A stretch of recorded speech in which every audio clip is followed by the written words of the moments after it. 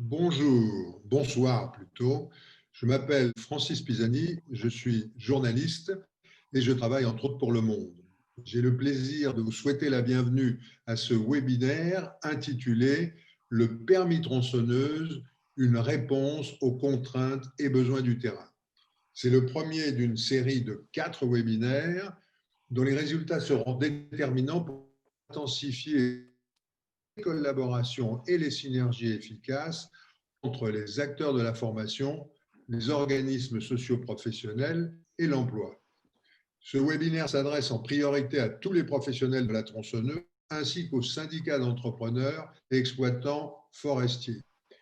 Permettez-moi de vous rappeler ce que vous savez beaucoup mieux que moi, que le permis tronçonneuse est un certificat né des standards européens adoptés en raison de l'absence de certification commune à l'échelle de l'Union sur l'utilisation de la tronçonneuse, malgré la technicité requise pour son utilisation. Ce permis est présent depuis 2014 dans le paysage de la formation en France. 5300 permis ont été délivrés à ce jour. Il est indispensable que ce chiffre augmente et ce webinaire a pour but d'y contribuer. Un mot sur la méthode maintenant. Je vais demander, quand j'aurai fini mon introduction, à chacun des 3 intervenants de se présenter en quelques mots, ce qui permettra à l'auditoire de mieux situer les intervenants. Je leur donnerai ensuite la parole à tour de rôle et ils auront 10 minutes pour faire leur présentation. Chacune sera suivie de questions par les participants et je vous invite donc à les poser dans la partie de droite de l'écran que vous pouvez activer en cliquant sur « Converser » en bas. Nous aurons une dizaine de minutes à la fin pour permettre aux intervenants de se répondre s'ils en éprouvent le besoin et aux participants de poser des questions sur l'ensemble des interventions. Je me permettrai de faire des gestes affolés quand l'un des intervenants parle trop longtemps, dépasse les 10 minutes. Donc, faites un peu attention à ça. Et je viens, bonne nouvelle, de recevoir un mail annonçant une sorte de tombola. Elle permettra de désigner par tirage au sort 2 des participants. Chacun aura le droit à une formation pour présenter l'examen, ce qui devrait lui permettre d'obtenir le permis ECC1. Messieurs, les 3 intervenants, auriez-vous la gentillesse de vous présenter et nous dire brièvement vos noms, fonctions et intérêts particuliers? Commençons par Christian Salvignol. Bien, donc moi je suis à titre principal directeur d'un centre de formation forestière dans le sud-est de la France. Notre centre est très ouvert sur l'Europe depuis près de 25-30 ans maintenant et nous avons créé le réseau européen des centres de formation forestière qui s'appelle Uniforest, ce qui vous expliquera que, étant habitué aux échanges européens, on soit allé progressivement vers des réalisations communes telles que le permis tronçonneuse. Merci. Nicolas Dorange. Nicolas Dorange. Alors, je suis entrepreneur de travaux forestiers depuis une vingtaine d'années, formateur au CFPPA Ariège-Comminges depuis une quinzaine d'années, avec les formations adultes, et depuis 4 ou 5 ans, les formations permis tronçonneuse. Alors, j'ai eu l'occasion d'aller passer le CC4 en Espagne, et j'ai été le premier en France à avoir ce niveau 4. Voilà. Maintenant, voilà. Très bien. Arnaud Calmès.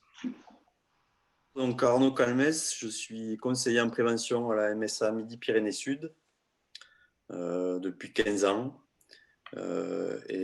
Parmi les filières que je suis, il y a la filière donc, travaux forestiers, exploitation de bois, parmi tant d'autres à la MSA.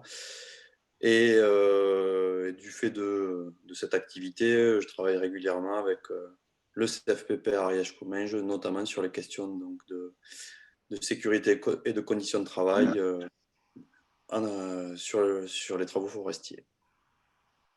Merci beaucoup. Je passe la parole à Christian Salvignol en lui rappelant qu'il a 10 minutes. Pour tout savoir sur le permis tronçonneuse, c'est ça? Voilà. Très bien. Bon, le permis tronçonneuse est né d'une réflexion européenne de gens qui sont impliqués dans la formation forestière et de représentants du secteur professionnel forestier. Il est apparu à l'époque, il y a un petit moment maintenant, que certains pays européens n'avaient pas de formation forestière.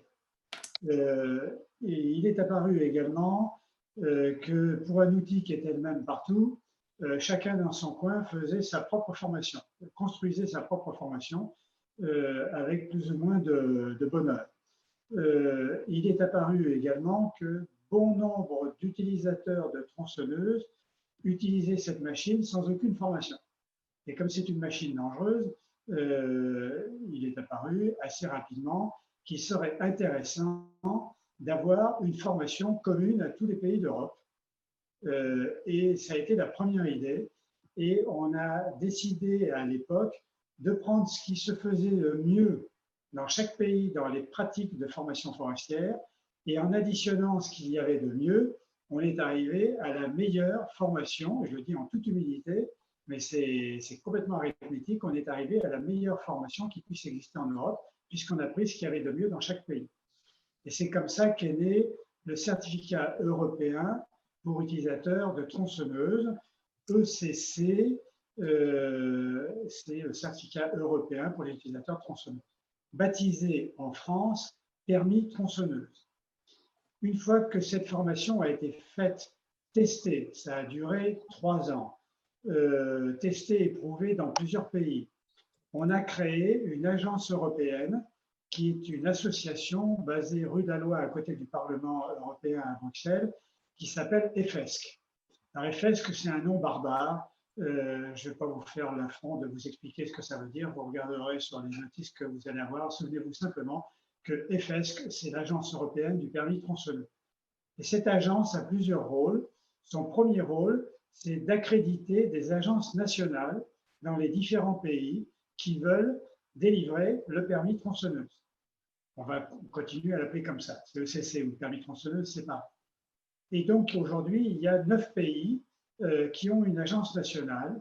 Le deuxième rôle des FESC Europe, c'est de mettre à disposition de ces agences nationales des standards de formation et des standards d'évaluation qui sont le résultat d'un travail en commun, d'un travail européen.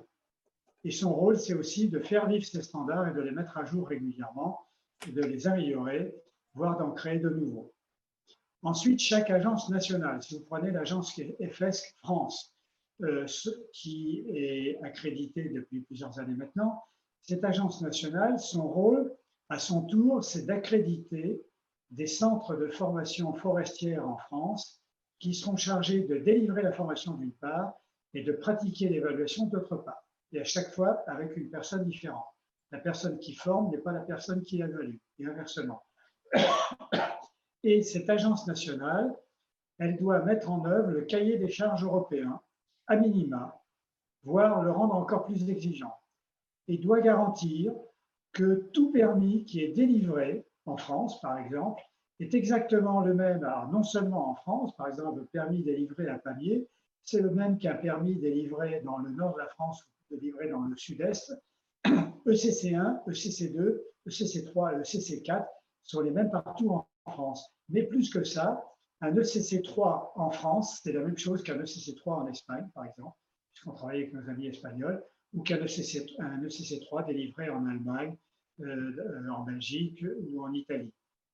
Donc, le certificat est commun et le rôle des agences nationales, c'est de veiller à ce que la qualité du certificat soit présente et que les certificats qui sont délivrés sont réellement conformes au cahier des charges européen.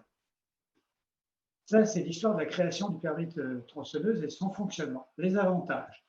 Les avantages, quand il y a une tempête, on va prendre l'exemple de la tempête Klaus, qui a été la première importante dans le sud-ouest de la France, quand des ouvriers étrangers ou des entrepreneurs étrangers se sont présentés auprès des propriétaires des Landes, comment faisaient-ils pour faire valoir leurs compétences?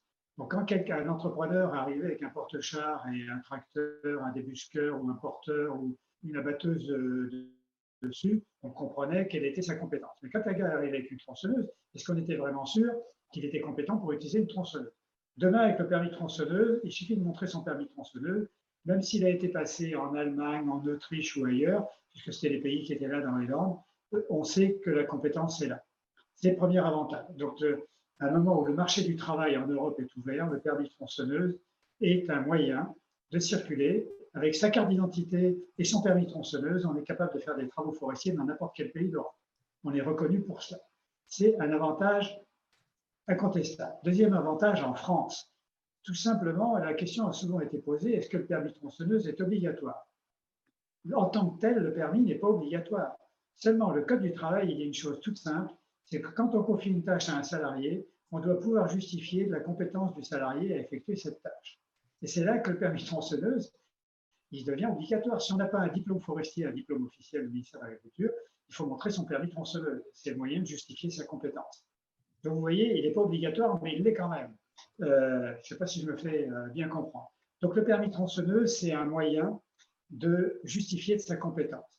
C'est aussi un moyen pour les gens qui ne sont jamais passés par la case formation, eh bien avec quelques jours de préparation, ajouté à l'expérience des gens, des candidats, avec quelques jours de préparation, on peut se faire évaluer et obtenir son permis de tronçonneuse.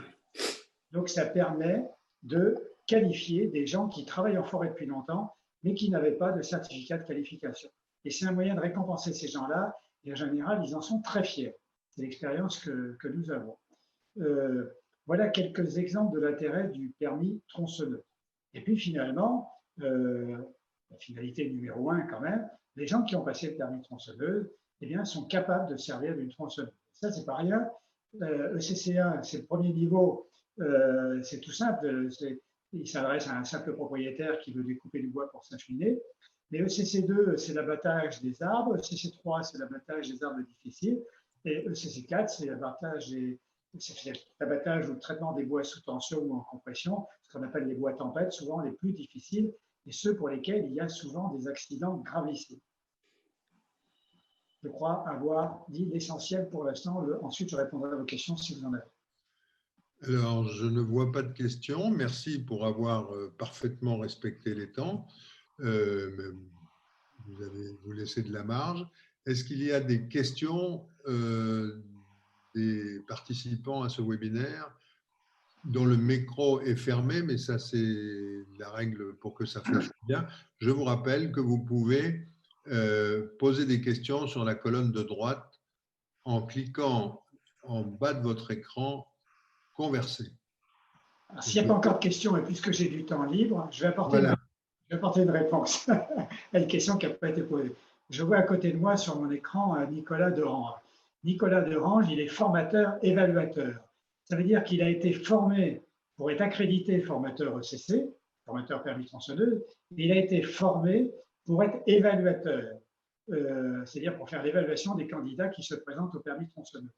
Il a été formé. Donc ça veut dire que lui, déjà, il a une expérience professionnelle.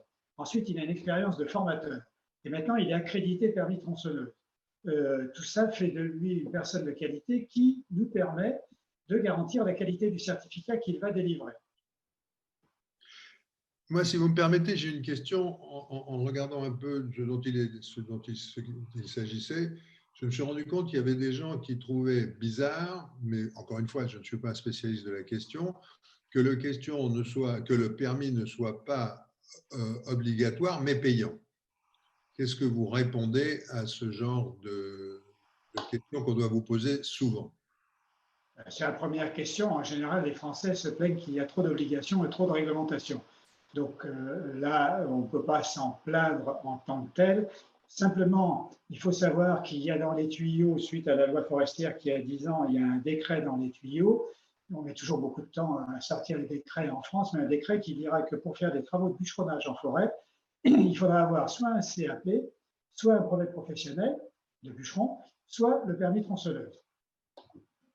Ça, c'est une réponse à la première question. Ensuite, pourquoi il est payant? Je vais faire 2 réponses. Les choses qui sont gratuites n'ont pas de valeur. Pour le permis tronçonneuse, il a de la valeur. Ça, c'est une réponse un petit peu humoristique, on va dire ça comme ça. Mais j'avais un voisin qui était un artiste et qui faisait des tableaux et autres sculptures. Et il me disait, si mes tableaux et mes sculptures, je les vends à 1 €, les gens vont penser que ça ne vaut pas un clou et que je ne suis pas un bon artiste. Alors, il a décidé de les vendre cher. Donc, le permis tronçonneuse, il a une valeur. Ensuite, les centres de formation ont des dépenses quand ils organisent la formation et l'évaluation. Il faut bien que ces dépenses soient couvertes. Et qui les couvre aujourd'hui? Celui qui suit la formation. Mais on le verra plus tard, il y a des moyens de financer cette formation et l'évaluation.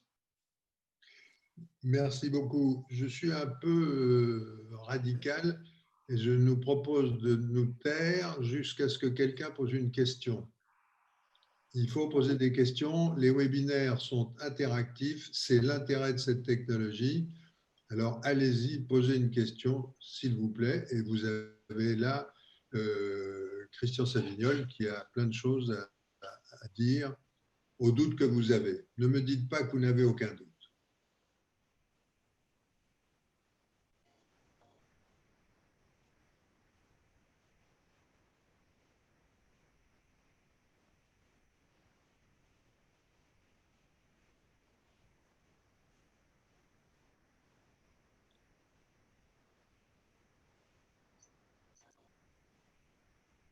Ah, ah.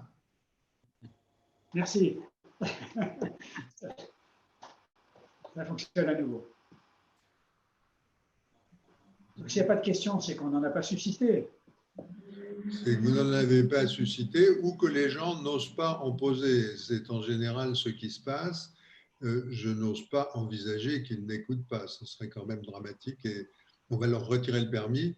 D'ailleurs, je vais intervenir auprès des organisateurs pour leur dire que les prix qui seront, les tirages qui seront attribués par tirage au sort à la fin ne le seront qu'à des gens qui ont participé en posant des questions. Bon. Donc, la prochaine fois, vous avez intérêt à poser des questions. Je suis bien placé pour avoir un permis gratuit. On peut, si vous voulez, on peut donner des informations. Le CCA, comment ça se passe, comment on l'obtient? Très bien. Hein, ça permet de susciter éventuellement des questions. Alors d'abord, ECC, ce qu'il faut savoir, c'est que ça se passe partout en France. Donc si quelqu'un habite Toulouse, il va contacter notre ami Nicolas Derange ou son voisin qui se cache, Frédéric Vavasseur. Toujours là, Frédéric? Non, il est parti? Non. Il est à côté, oui. Il est à côté, il entend, mais il dit rien. Et si quelqu'un habite le sud-est de la France, il s'adressera à nous. ECCA, 1 jour et demi, 1 jour de formation, une demi-journée d'évaluation. 1 jour de formation avec une personne dans un centre de formation accrédité, pardon, ou alors une formation délocalisée s'il y a suffisamment de candidats. On peut circuler dans la région dans laquelle on est compétent. Donc, Amiens, j'imagine, est capable d'aller dans tous les coins perdus de l'Ariège, puisque tous les coins sont perdus dans l'Ariège, donc Amiens est capable d'aller partout en Ariège. En rivalité d'un bout de la France à l'autre. C'est pour faire réagir Frédéric est derrière, mais on n'entend toujours pas. Ils savent que je les blague avec ça régulièrement. Et donc, 1 jour et demi. 1 jour et demi, 250 €. Et on repart avec le certificat de qualification. Et on a appris à servir du tronçonneur. Et si on est dans certains centres qui ont fait leur travail, on peut se présenter ensuite dans un concessionnaire, un magasin qui vend des équipements de protection ou des tronçonneuses, et on peut se voir consentir des réductions sur le matériel et les équipements quand on a son permis de tronçonneuse en poche. Voilà un argument péremptoire. Je vous remercie beaucoup, Christian Salvignol, et je passe la parole à Nicolas Derange. Je ne sais pas quoi rajouter sur le permis tronçonneuse. Peut-être, moi, un peu comme tout le monde, je pense au départ, quand on m'a annoncé le permis tronçonneuse, qu'il allait y avoir un permis tronçonneuse, j'ai dit qu'est-ce que c'est encore que ça? À quoi ça va servir et pourquoi? Voilà. Du coup, alors, j'ai été formé justement pour le permis tronçonneuse. J'ai appris énormément de choses. Et maintenant, c'est à moi d'apprendre ces choses à ceux que je forme. Et tous les retours que j'ai justement sur ce permis de tronçonneuse, toutes ces formations, c'est qu'à chaque fois, les gens justement viennent en se demandant ce qu'ils allaient faire ici et repartent enchantés et en ayant appris beaucoup de choses, y compris pour les professionnels. Voilà. Les professionnels sont les plus réticents au départ et au final, eh ben, ils sont bien contents d'avoir fait cette formation. Voilà, ces formations.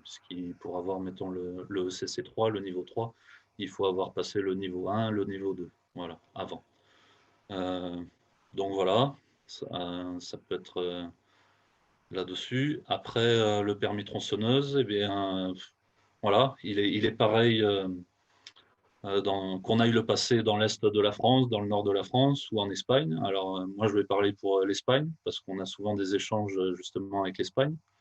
Donc, les Espagnols viennent se former en France et nous, on envoie aussi des élèves se former en Espagne, se former et se faire évaluer. Voilà. Donc, une évaluation en Espagne équivaut à une évaluation en France. Voilà, c'est exactement la même chose et on essaye de faire ça. C'est pour ça qu'on a des échanges, voilà, avec les pays voisins. Puisque, si vous me permettez d'interrompre, puisque vous avez commencé en nous disant que vous aviez découvert ça, vous aviez appris beaucoup de choses pendant la formation, est-ce que vous pouvez nous rendre ça un peu plus concret et un peu plus vivant? Vous saviez beaucoup de choses et vous avez quand même décidé de faire la formation. Qu'est-ce que vous avez appris? Qu'est-ce que ça vous a permis de faire que vous ne saviez pas bien faire ou moins bien faire avant? Alors, bon, donc moi, je suis entrepreneur de travaux forestiers depuis une vingtaine d'années, c'est-à-dire voilà, bûcheron, simplement bûcheron. Bûcheron dans les Pyrénées, donc spécialisé pour le travail en montagne, en forte pente, avec plus spécialement des gros arbres, des sapins. Voilà, donc ça, on va dire que je savais faire ça avant le permis tronçonneuse. Ce que m'a apporté ce ECC, permis tronçonneuse, eh ben alors c'est des techniques qu'on n'a pas, par exemple, dans les Pyrénées. Alors ça va être, par exemple, l'abattage de petits bois. Donc j'ai appris certaines techniques, voilà, pour abattre les arbres. J'ai appris d'autres choses aussi, par exemple, tout ce qui va être câblage des arbres. Alors connaître les ruptures des câbles, à quelle force on peut tirer sur un câble avant qu'il casse. Donc, tout ça, on a des théories un peu juste en étant bûcheron. Par contre, euh, on n'a on n'a pas vraiment de choses cadrées. Voilà. Donc ça, tout ça, le permis tronçonneuse l'apporte. Aussi beaucoup de choses, voilà, sur la sécurité. Donc, alors, on travaille toujours en sécurité ou on pense travailler en sécurité. Maintenant, le permis tronçonneuse, justement, apporte ça. Des gestes à faire, à pas faire, à surtout pas faire. Et Est-ce que vous pourriez nous donner un exemple? ah bah, par exemple, bon, ce que tout le monde fait, c'est tourner autour de l'arbre alors qu'il est coupé pendant qu'on le coupe, quoi. On fait l'entaille, on va passer derrière, ou alors un arbre qui a été percé à cœur et qui, on va dire, qui tient juste avec une mortaise derrière. Bon, bah ça, il faut jamais passer derrière. Voilà, ça, le permis tronçonneuse m'a apporté ça. Par exemple aussi, quand l'arbre est en train de tomber, le chemin de repli, je prenais toujours mon chemin de repli, mais ça pouvait être en passant derrière l'arbre aussi, ou sous l'arbre. Voilà. Bon, bah ça, c'est fini. Voilà, ça, je le fais plus. Est-ce que la formation était difficile? Est-ce qu'elle est difficile? Non, non, non, elle n'est pas Quelqu'un qui a de difficile. l'expérience. Voilà, alors justement, pour le niveau 1, c'est les personnes qui n'ont pas d'expérience. Par contre, pour commencer à faire le niveau 2 ou le niveau 3 ou plus, là, il faut avoir de l'expérience. Une fois qu'on a l'expérience, qu'on a le maniement de la tronçonneuse, qu'on sait comment ça fonctionne, c'est juste une remise à niveau de venir faire la formation de permis tronçonneuse. Tout ce qu'on va apprendre, pour quelqu'un d'aguerri, on va dire, c'est facile. Voilà. Maintenant, il y a des choses à faire et à pas faire, et c'est ça que le permis tronçonneuse valide. Voilà. Vous êtes aussi évaluateur. Qu'est-ce que vous avez dû suivre comme formation pour être évaluateur? Alors ben justement, c'est des échanges avec d'autres formations de permis tronçonneuse. Donc, en un premier temps, on va regarder comment forme quelqu'un qui est déjà habilité à former. Donc, on va regarder, on assiste à une formation. Et ensuite, c'est avec le nombre de formations qu'on peut devenir évaluateur. Voilà. Et vous faites ça dans plusieurs pays ou dans plusieurs régions ou... Alors oui, alors déjà en plusieurs centres de formation en France. Donc, j'ai été à MEMAC et un petit peu dans d'autres centres de formation, voilà, pour assister et faire des formations aussi. Voilà. Et ensuite, en Espagne. Voilà. En Espagne, pour passer voilà, ce niveau 4, parce qu'il n'existait pas encore en France. Et aussi pour que les formations soient équivalentes, que ce soit voilà, que dans n'importe quel centre de formation où on va le passer. Donc, on fait des échanges entre formateurs pour voir sur quoi on évalue. Et alors justement, et je rappelle, je vois des questions qui commencent à apparaître. Je vous rappelle que vous êtes invité à poser des questions sur la colonne de droite en activant le bouton converser en bas de votre écran. Mais je reviens à vous, Nicolas d'Orange. Et comment se fait l'évaluation? Donc, vous nous avez expliqué à quoi servait et comment se faisait la formation. Vous évaluez. Comment ça se fait? Qu'est-ce qui vous motive, enfin, quels sont les éléments les plus importants? Alors, comment ça se fait? Bon, alors ça va dépendre des niveaux passés, mais chaque évaluateur, on a un barème, on a une feuille d'évaluation avec des critères, et ces critères sont à respecter. Alors, c'est simple, c'est il fait bien ou il fait pas bien. Et ensuite, dans tous ces critères, il y a des critères plus ou moins importants. Alors, il va y avoir des critères incontournables, c'est-à-dire que si jamais il y a un critère incontournable qu'il ne fait pas bien, l'apprenant, il n'aura pas son évaluation. Ensuite, il y a des critères moins importants. Quels sont les plus importants? Quels sont les plus importants? Sur la sécurité. Sur la sécurité, alors ça va être du port des équipements de protection individuelle. Voilà, ça c'est incontournable. On ne va pas pouvoir se servir d'une tronçonneuse si on n'a pas ces équipements de sécurité. C'est-à-dire? Là, alors, c'est-à-dire les chaussures de sécurité anti-coupure, le pantalon de sécurité anti-coupure aussi. Il faut un casque avec une visière et des anti-bruits, un vêtement haute visibilité pour pouvoir travailler en forêt et des gants. Voilà. Donc ça, s'il n'a pas un de ces éléments-là, on ne le laissera pas passer son examen, voilà, par exemple. Et puisqu'il y a les questions qui apparaissent, il y en a une que vous voyez tous, j'imagine. Comment se passe une session de formation? Vous nous avez dit une journée, je crois. Alors voilà, ça Et se comment passe. ça se Voilà, passe? Est-ce que vous pouvez la détailler un petit peu? alors, on va parler par exemple, pour le niveau 1, puisqu'on commence par là. Donc, le niveau 1, on va commencer avec une session en salle, avec beaucoup de théorie. Ensuite, de théorie sur l'entretien de la tronçonneuse, les éléments de sécurité à vérifier sur la tronçonneuse. Ensuite, on va passer à l'atelier, où là, on va décortiquer la machine un peu de A à Z, voir tous ces éléments justement de sécurité qui doivent être présents sur une tronçonneuse avant de pouvoir s'en servir. Ensuite, on va faire une formation sur l'entretien de la tronçonneuse, voilà, avant de pouvoir s'en servir. Ensuite, il va y avoir sur l'affûtage, parce que forcément, pour bien se servir d'une tronçonneuse en sécurité, il faut qu'elle soit affûtée correctement. Et ensuite, il va y avoir un peu de pratique.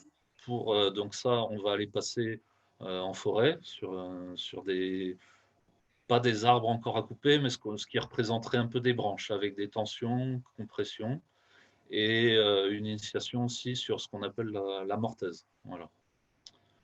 Donc ça, c'est rentrer avec le bout du guide à l'intérieur du bois. Voilà, pour appréhender un peu tout ce qu'on appelle les zones de rebond, les zones dangereuses sur la tronçonneuse. Voilà. Donc ça, c'est sur la formation au niveau 1. Voilà.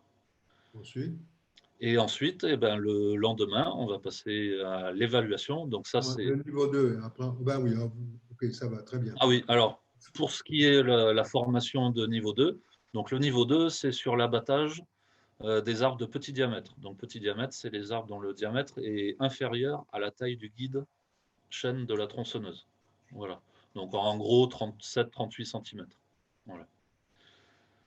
Donc là, alors là, va y avoir une formation, c'est entièrement en forêt. Alors sur des arbres, alors on va avoir des arbres droits, des arbres penchés dans le sens de l'abattage, des arbres qui penchent à l'opposé du sens de l'abattage. Et ensuite, on va voir à peu près entre 5 et 6 techniques différentes pour abattre ces arbres. Voilà. Le niveau 3. Alors le niveau 3, donc là, c'est les arbres de plus gros diamètre, donc les arbres qui font plus de 37 cm de diamètre. Alors là, du coup, là, il faut déjà être plus un professionnel, parce que c'est pas là où on va vraiment apprendre à abattre des gros arbres. Là, c'est plus une validation de connaissances. Donc là, on remet les choses en place sur tout ce qui est au niveau sécurité, et puis les techniques d'abattage qui doivent être déjà bien connues, quoi, maîtrisées. Donc ça va être la technique d'abattage de l'éventail, avec perçage à cœur. Là, on verra les techniques, tout ce qui est d'abattage en mortaise sur les arbres penchés et difficiles. L'abattage aussi au câble, donc avec ou un skidder ou un câble genre tire fort, hein, voilà. Donc là, après, c'est toutes les connaissances de ces arbres. On va aussi voir comment un arbre qui est encroué, c'est-à-dire qui est perché sur un autre, qui est accroché à un autre, comment le désencrouer, voilà. Donc ça, c'est d'autres techniques. Donc on va voir tout ça, voilà. Et alors, on a du mal à comprendre quand on n'est pas un spécialiste qu'il y a encore un niveau 4 par-dessus ça. Alors, qu'est-ce que vous apprenez? Et le niveau 4, alors voilà, ça va être ce qu'on appelle les arbres de tempête, les chablis, les arbres dangereux. Alors bah là, il n'y a pas vraiment de. On peut avoir tous les cas de figure. Voilà. Donc ça va être les arbres encroués les uns sur les autres, les arbres cassés en deux avec la cime accrochée encore en l'air, les arbres déracinés, les arbres dans les tempêtes, les arbres, c'est les arbres vrillés. Enfin, voilà, la tempête, tous les arbres vont être différents. Donc là, on va apprendre à couper ça en sécurité. Et alors, l'évaluation, si vous pouvez nous donner une vision générale par reprenant les quatre choses, c'est à la fois du technique et du théorique et du pratique, ou c'est Alors, pour tout ce qui est, on va dire, niveau 2, 3 et 4, ça va être de la pratique. okay. Voilà. Et donc, ça se fait en une demi-journée. Il y a encore une dernière question qui est, dois-je venir en formation avec mon équipement, EPI et tronçonneuse? Alors, bien sûr, alors, on va distinguer l'équipement, les EPI. Donc ça, on ne peut pas venir sans EPI. Voilà, pour quelque niveau que ce soit. Ensuite, pour le niveau 1, nous, on fournit les tronçonneuses s'il n'y en a pas. Par contre, c'est quand même, si l'apprenant en a une, c'est bien qu'il l'apporte, parce que comme ça, on peut vérifier si elle est en bon état de fonctionnement, si tous les organes de sécurité sont présents. Et c'est mieux d'apprendre avec sa tronçonneuse que plutôt qu'une tronçonneuse de l'école. Très bien. Est-ce qu'il y a encore une question? Sinon, je vais passer la parole à Arnaud Calmès, qui a les bras Oui. et qui nous attend. À vous, Arnaud. Oui. Alors avant de parler de la formation en elle-même, peut-être juste une tendance sur les accidents du travail en milieu agricole. Alors très rapidement, mais la tendance depuis des dizaines d'années, c'est une tendance quand même à la baisse. Donc dans tous les secteurs d'activité, il y a une baisse du nombre et de la fréquence des accidents du travail. Alors très souvent, on s'intéresse au taux de fréquence, c'est-à-dire c'est le nombre ramené au nombre d'heures travaillées. En fait, ça permet de distinguer d'un nombre brut qui pourrait s'expliquer, une diminution d'un nombre brut qui pourrait s'expliquer par une diminution du nombre de travailleurs, par exemple. Donc le taux de fréquence est un bon indicateur pour suivre les tendances. Donc tout secteur confondu du régime agricole, tendance donc à une baisse des accidents du travail. Et ce qui est également le cas pour le secteur travaux forestiers. Donc une tendance à la baisse, mais en revanche, pour mettre un bémol à cette baisse, au niveau donc, de tout le secteur d'activité, malgré cette baisse, on constate une durée moyenne d'arrêt en cas d'accident qui s'allonge. Ça veut dire moins d'accidents, mais lorsqu'ils sont avec arrêt de travail, ces arrêts sont plus longs. Donc on peut considérer donc des accidents, on va dire, plus graves, si je devais résumer. Et lorsque il y a un taux d'incapacité qui est attribué suite à un accident. Donc ça, c'est pour les accidents avec des conséquences permanentes sur la santé. Donc lorsqu'il y a un taux qui est attribué, donc, le nombre d'accidents qui génère un taux d'incapacité est lui aussi, par contre, à la hausse. C'est-à-dire qu'en résumé, les accidents sont moins fréquents, mais les durées d'arrêt de travail sont plus longues et ils sont plus graves. Voilà. Comment vous expliquez cette évolution, à la fois la baisse des accidents et l'augmentation de la gravité? Et notamment, et comment vous le liez à l'existence du permis tronçonneuse? Alors là, je vous parle de tout secteur, notamment tout secteur confondu, pas uniquement les travaux forestiers, c'est vraiment tout secteur d'activité confondu, quoi. Alors, je dirais la baisse. La baisse, alors il y a plusieurs explications, plusieurs hypothèses plutôt. Ça fait 15 ans que je travaille à la MSA et en 15 ans, j'ai quand même vu l'évolution des mœurs, c'est-à-dire de la prise en considération quand même de la sécurité des conditions de travail. 15 ans, c'est court et c'est long à la fois, mais quand même, on perçoit que la prise en compte donc, des conditions de travail est bien meilleure aujourd'hui qu'il y a 15 ans. Très souvent, je prends l'exemple des produits phytopharmaceutiques, produits phytosanitaires. Quand j'ai commencé, c'était souvent pris, pas exclusivement, mais c'était souvent pris un peu à la dérision. C'était fréquent comme indique, oui, mon grand-père, ça fait pendant 40 ans, il a utilisé des produits chimiques, il n'a jamais rien eu. Bon. Aujourd'hui, c'est un discours qu'on peut entendre, mais c'est excessivement rare, quoi. C'est rentré dans les mœurs qu'un produit chimique a une dangerosité évidente. Donc, et ça, ça, c'est une explication et que je transpose aussi à la mécanisation, c'est-à-dire le risque machine est plus appréhendé qu'il ne l'était.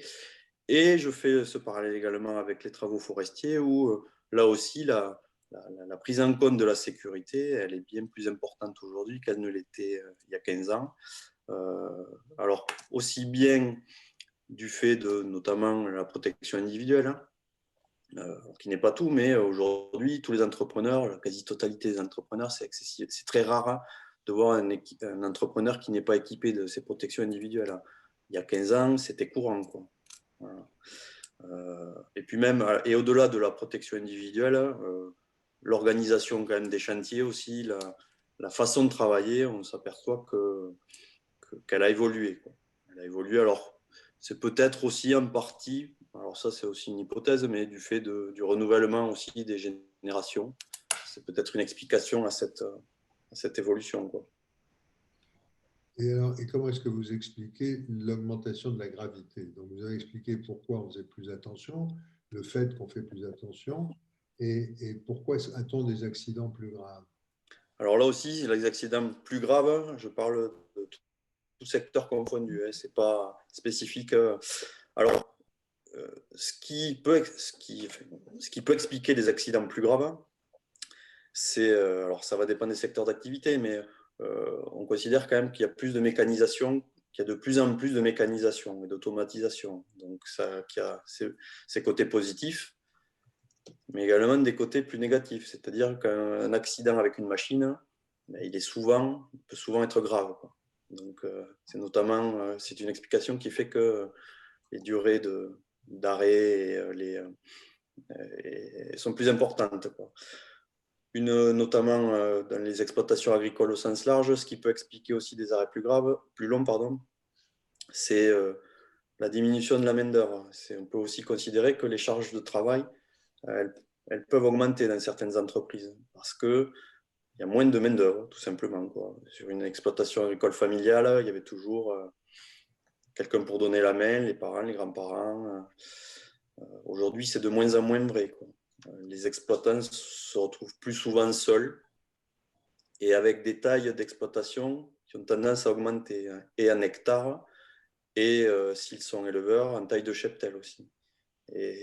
Et notamment avec les animaux, un des facteurs, je dirais, à risque avec un animal, c'est le fait qu'il ne soit pas habitué à l'homme.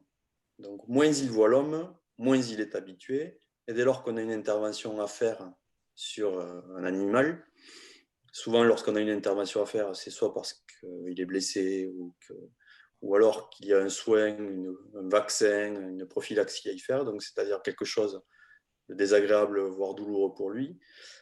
Eh bien, le fait qu'il soit moins habitué au contact de l'homme engendre des réactions plus vives, et avec des animaux qui font plusieurs centaines de kilos, eh bien, les accidents sont de suite relativement graves.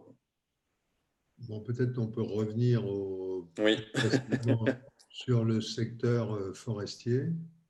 Oui. Après, alors, ce que j'entends aussi, alors, notamment, qui pourrait expliquer peut-être le fait qu'il y ait aussi des accidents plus graves, probablement aussi dans le milieu forestier, il y a deux tendances. C'est le fait qu'aussi la durée de travail s'allonge. Alors, c'est pour tous les secteurs d'activité, mais lorsqu'on est soumis à un travail pénible, eh bien, un accident lorsqu'on a plus de 60 ans eh bien, est souvent a plus de conséquences que lorsqu'on en a 20. Donc, le fait que l'allongement de la durée de travail est une des hypothèses du fait donc, de cette durée d'arrêt de travail qui augmente. Et puis aussi, ce que me disent les exploitants, c'est la façon de travailler d'aujourd'hui qui est aussi différente de celle d'hier, où tout doit aller très vite, il y a moins de considération des aléas climatiques, il y a des timings à respecter, des volumes à respecter, qu'il fasse que les chantiers soient accessibles ou pas, qu'ils soient praticables ou pas, il faut aller travailler. Les prix sont pas forcément, les marges plutôt sont moins importantes aussi qu'avant, ce qui fait que les gens travaillent probablement plus dans des conditions qui sont parfois moins bonnes et qui, de fait, génèrent fatigue et accidents. Ça, c'est le tableau général. Et alors, comment vous faites pour prévenir la multiplication de ces accidents graves comment vous faites, oui, pour réduire ces accidents? La formation est un outil pour ça, parce que les employeurs, là, je vais revenir sur l'objet de la réunion, hein, c'est le permis de tronçonneuse, mais on s'aperçoit aussi qu'il y a souvent un défaut de formation parmi les salariés des entreprises. Les employeurs ont une obligation réglementaire, au-delà de la nécessité de la formation en elle-même. Chaque employeur est tenu d'organiser une formation d'accueil à la sécurité pour tous les travailleurs qu'il reçoit. Donc, c'est le code du travail, ça s'applique à toutes les entreprises. C'est ce qu'on appelle la formation générale à la sécurité, formation d'accueil à la sécurité. En plus de cette formation, on va dire, générale au poste de travail, il peut y avoir des formations complémentaires, spécifiques, par exemple la formation au premier secours ou la formation à la conduite d'engin. En plus, donc, pour compléter un peu ce qui a été dit précédemment, donc, pour les travaux forestiers, les chantiers forestiers sylvicoles, il y a 2 décrets qui listent un certain nombre de règles hygiène-sécurité qui sont à respecter sur ces chantiers-là. Et notamment, donc, qui indiquent que les employeurs sont tenus de s'assurer que les travailleurs qu'ils emploient réalisent ces travaux forestiers dans les règles de l'art. Donc, en plus de l'obligation et de la nécessité d'une formation au poste de travail, les employeurs sont aussi tenus, et ça c'est relativement récent, de s'assurer que les travailleurs sont compétents pour réaliser ces travaux. Et le permis tronçonneuse, l'intérêt que j'y vois moi en tant que conseiller en prévention de la MSA, c'est qu'il permet à un chef d'entreprise ça va l'aider à remplir ces 2 obligations réglementaires et de formation et de contrôle de connaissances. Puisque le permis tronçonneuse, la formation est cadrée. Elle est cadrée, donc il y a un cahier des charges qui est respecté. Elle est dispensée par des formateurs qui sont aussi formés, évalués, recyclés, donc qui ont une compétence et technique et pédagogique, ce qui n'est pas forcément le cas en entreprise. Il y a une évaluation derrière, et suite à cette évaluation, lorsque le permis est obtenu, il y a un justificatif qui peut être là aussi, qui est détenu par le chef d'entreprise. Et donc, le chef d'entreprise peut justifier également donc, que les salariés ont obtenu et formation et contrôle de connaissances. Et ça, c'est relativement, je trouve que c'est relativement confortable pour un chef d'entreprise parce que tous les chefs d'entreprise ne sont pas compétents pour former leurs salariés aux travaux forestiers, ni pour évaluer leurs compétences. Alors, lorsque ce sont des bûcherons eux-mêmes, c'est probablement plus facile, mais ce permis tronçonneuse, il est intéressant au-delà des travaux forestiers, mais il est intéressant dans les entreprises du paysage, où il y a des utilisateurs de tronçonneuses, et il est également intéressant dans les entreprises agricoles, où là aussi, la tronçonneuse est régulièrement utilisée. Et où là, les gens sont vraiment, sont rarement compétents pour former et évaluer la compétence des salariés. Et puis, je vois un autre intérêt en plus donc, à ce permis, c'est qu'il il est un peu comme un CACES, c'est-à-dire comme un certificat d'aptitude à la conduite d'engin, mais il suit le salarié. C'est-à-dire qu'une formation interne, si vous changez d'entreprise, votre futur employeur est tenu de faire la même chose, quoi. Le permis tronçonneuse, il suit le salarié. Et c'est quand même sécurisant aussi pour un employeur de savoir qu'il va recruter quelqu'un qui a cette compétence, alors s'il n'a pas un diplôme, mais qui a cette compétence reconnue. Merci beaucoup. On voit une question qui vient. Puis-je disposer d'une aide financière pour passer le permis de tronçonneuse? Demande quelqu'un en passant par Marguerite. Alors, je suppose que c'est une aide financière de la MSA. Sinon, on ne me poserait pas la question. Oui, allons-y pour ça. Ouais. Alors, je ne peux pas vous répondre parce que je ne vous dirai pas non ni oui, mais je vous répondrai juste qu'il y a 35 caisses de MSA en France et que ça, c'est le genre de décision qui est propre à chaque caisse. Donc, dans certaines caisses de MSA peuvent le proposer et d'autres pas, quoi. Donc, il faut se rapprocher du service prévention de votre MSA pour en avoir la réponse. Mais au-delà de la MSA, je suppose que les fonds de formation peuvent participer à la prise en charge de ces formations. Oui, absolument. Les salariés d'entreprise peuvent avoir la formation payée au titre du plan de formation.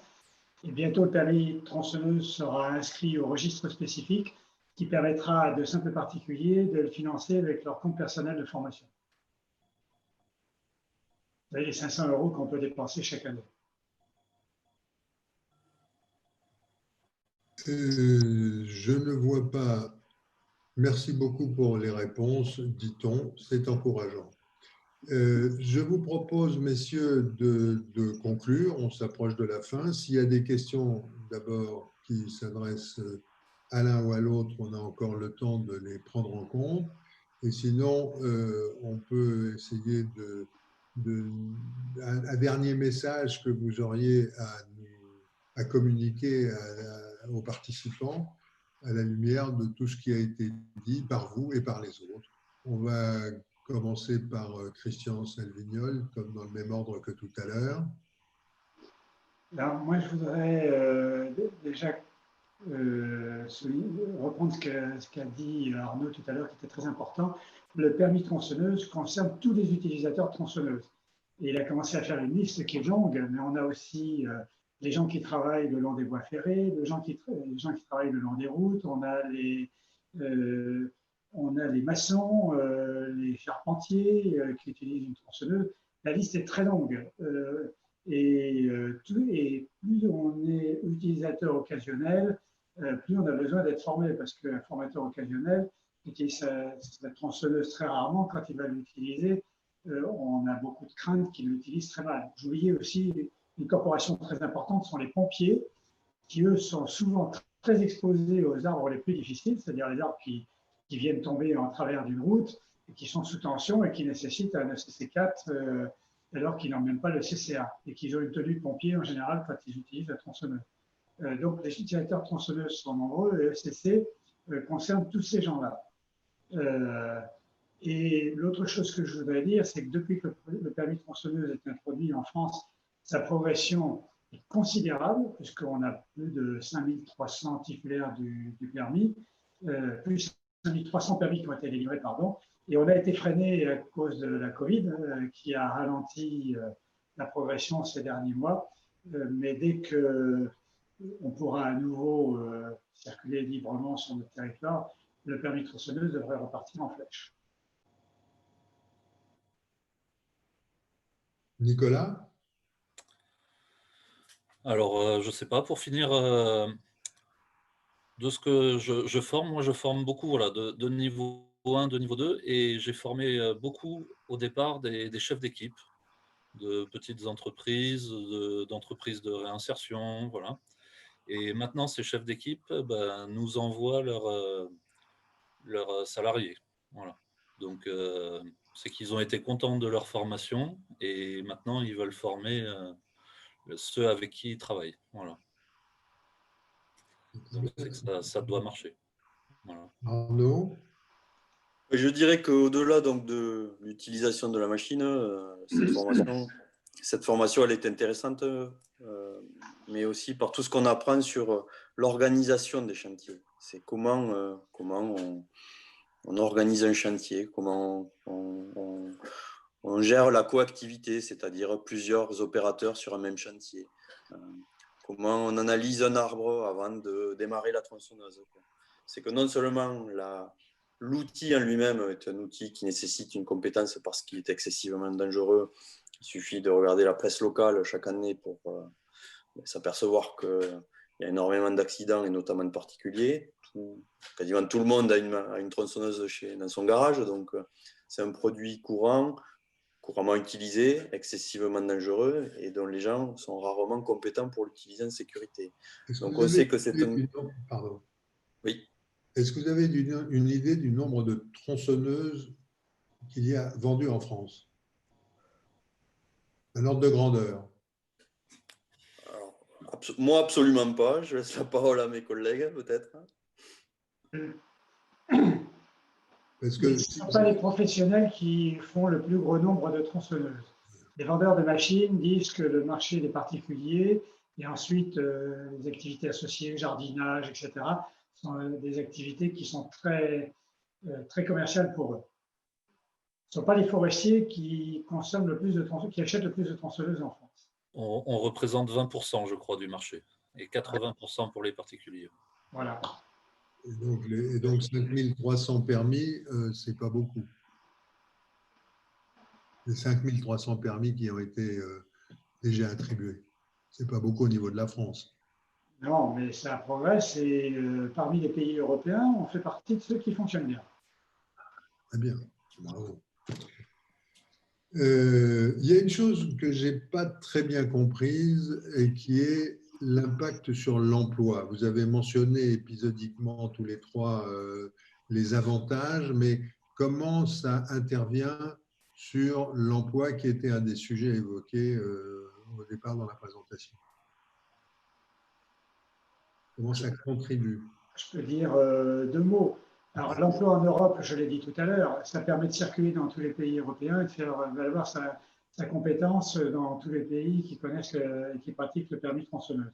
Qui ne le pratiquent pas d'ailleurs, mais qui peuvent le connaître. Ensuite, dans les entreprises, ça permet, pour ceux qui n'étaient pas passés par la classe formation, ça permet de certifier, c'est-à-dire de reconnaître la qualification des gens qui travaillent en utilisant une tronçonneuse, pas simplement les forestiers. Et donc ces gens-là, une fois qu'ils ont le permis de tronçonneuse, ça a été dit tout à l'heure par Nicolas, je crois, le permis leur appartient. Et donc ils peuvent le faire valoir quand ils se présenteront dans toute entreprise où ils devront travailler et utiliser une tronçonneuse. Et de ce point de vue-là, c'est un facteur qui favorise l'emploi. Je pense que cela des arguments. Et si j'ai rassurant pour les employeurs. et si j'ai bien compris ce que Arnaud disait, ça peut tranquilliser les employeurs de donner des emplois à des gens qui ont ce permis. Écoutez, nous arrivons à la fin. Je vous remercie tous les trois pour vos interventions extrêmement claires et illustratives. Je viens de recevoir le résultat du tirage au sort de 2 personnes qui auront donc le droit à une formation pour présenter l'examen, leur permettant d'obtenir le permis ECC1. Il s'agit de Amandine Founot et de Nicolas Tabert. Bravo pour Amandine et bravo pour Nicolas, mais la prochaine fois, on va voir si on le donne à des gens qui ne posent pas de questions. Amandine et Nicolas sont dans quelle région? Je n'ai aucune information sur ce sujet-là. S'ils ne savent pas parler, ils ne pourront pas passer le permis de tronçonneuse. Voilà, très bien. Et c'est Christian Salvignol qui le dit. Ah, c'est les évaluateurs qui le diront. Merci Christian, merci Nicolas, merci Arnaud. Ah, ils sont dans l'Ariège, semble-t-il. Alors, Amandine est dans l'Ariège et Nicolas, il est à Toulouse. Nicolas qui va parler. Voilà. Merci beaucoup, c'était passionnant. Nous nous retrouvons, enfin, pas les intervenants, mais les participants, nous nous retrouvons dans 2 jours. Merci à vous. Bonne soirée. Et au revoir à tous. Au revoir. Au revoir.